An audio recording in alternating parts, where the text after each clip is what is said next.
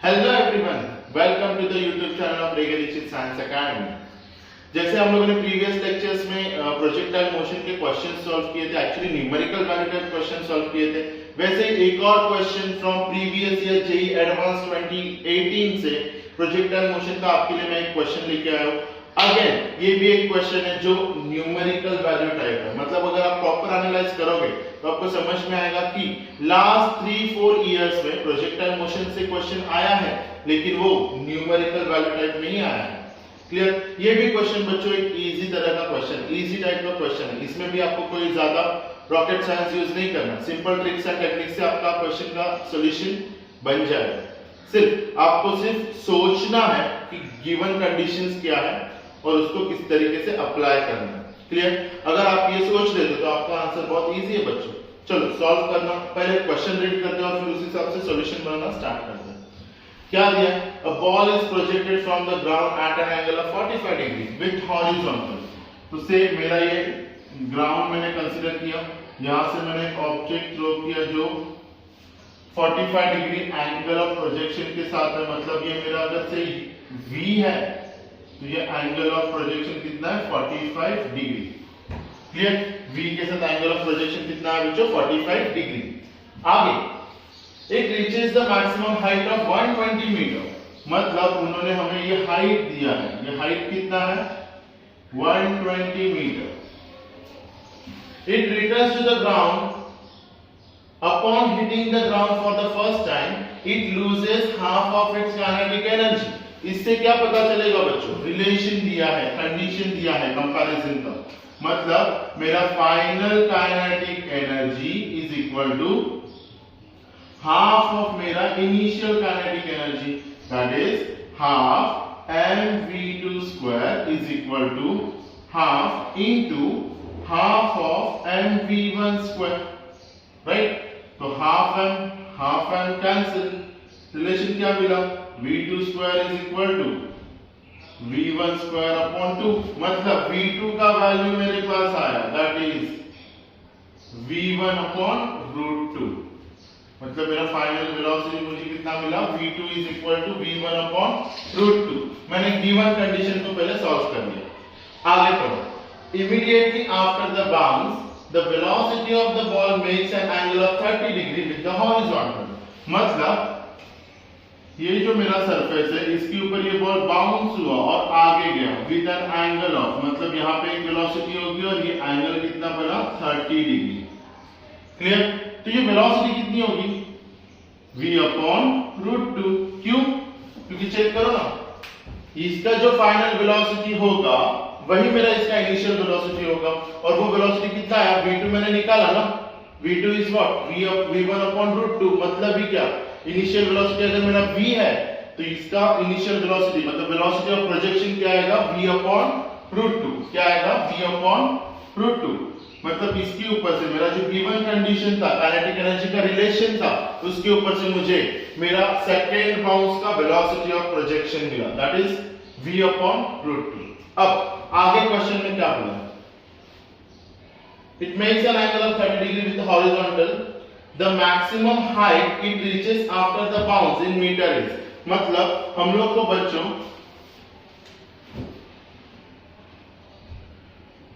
ये height find out करना है, से h2।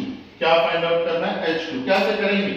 पहले h1 करते हैं, जो गिवन कंडीशन है उस हिसाब से। We know the formula of maximum height, h1 का फॉर्मूला क्या आएगा?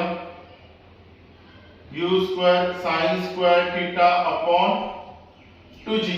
ये फॉर्मूला हम लोग को पता है, बट u की जगह v दिया है, इसलिए हम लोग अगेन जो बाहर किया है फॉर्मूला वो हमेशा याद रखने का और फिर नेसेसरी चेंजेस करने का, ये मैंने आपको लास्ट टाइम भी बताया था। तो अपना बाहर का फॉर्मूला क्या था? u square sine square theta upon 2g, मैंने उसमें चेंज क्या किया? u की जगह v।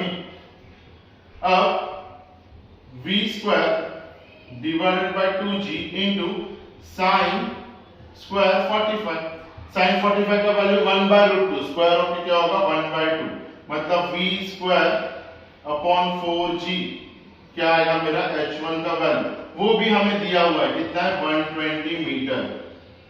120 मीटर, मतलब मुझे v स्क्वायर अपॉन 4g मिला 120। So this is equation 1। देखते हैं इसका वैल्यू आगे यूज होगा कि नहीं।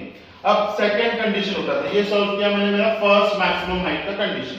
अब सेकंड कंडीशन क्या है बच्चों, H2 के लिए formula, again same formula, that is u square sin square theta upon 2g। अब u square sin square theta upon 2g में u की जगह पे क्या है बच्चों, v अपॉन रूट 2, तो u की जगह में क्या लिखूंगा, v अपॉन रूट 2 का स्क्वायर। देखो अगेन मैंने फॉर्मूला सेम बाहर किया था और नेसेसरी चेंजेस बाद में कर दिए। अब H2 का वैल्यू थीटा कितना हुआ, 30 डिग्री, क्वेश्चन में दिया है देखो थीटा 2 कितना है, 30 डिग्री, तो ये मेरा वैल्यू क्या आएगा, v upon v square upon 2 sine square 30 divided by 2g।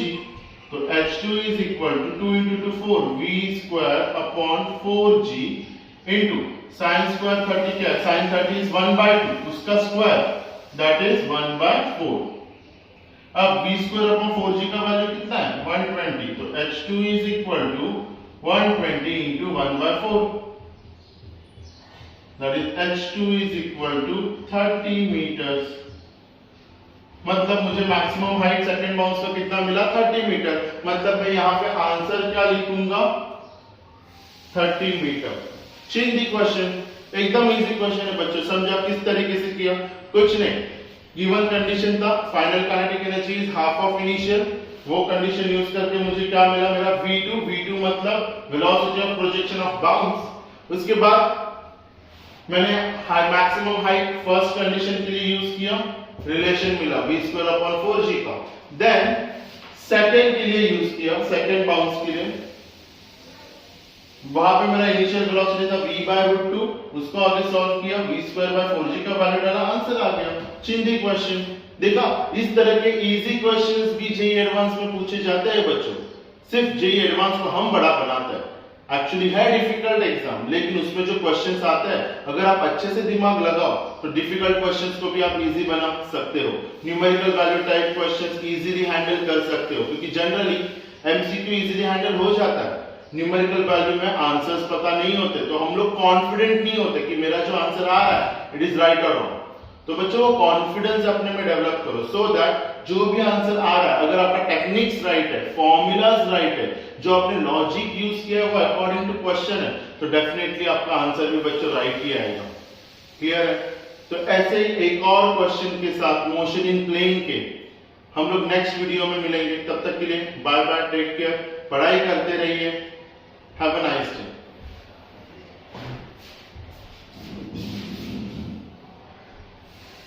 Best coaching institute in Dombivli for JEE Mains, Advanced, NEET UG, MHT CET, 11-12 Science, 9-10 State Board and ICSE Board. Rege Dixit Science Academy.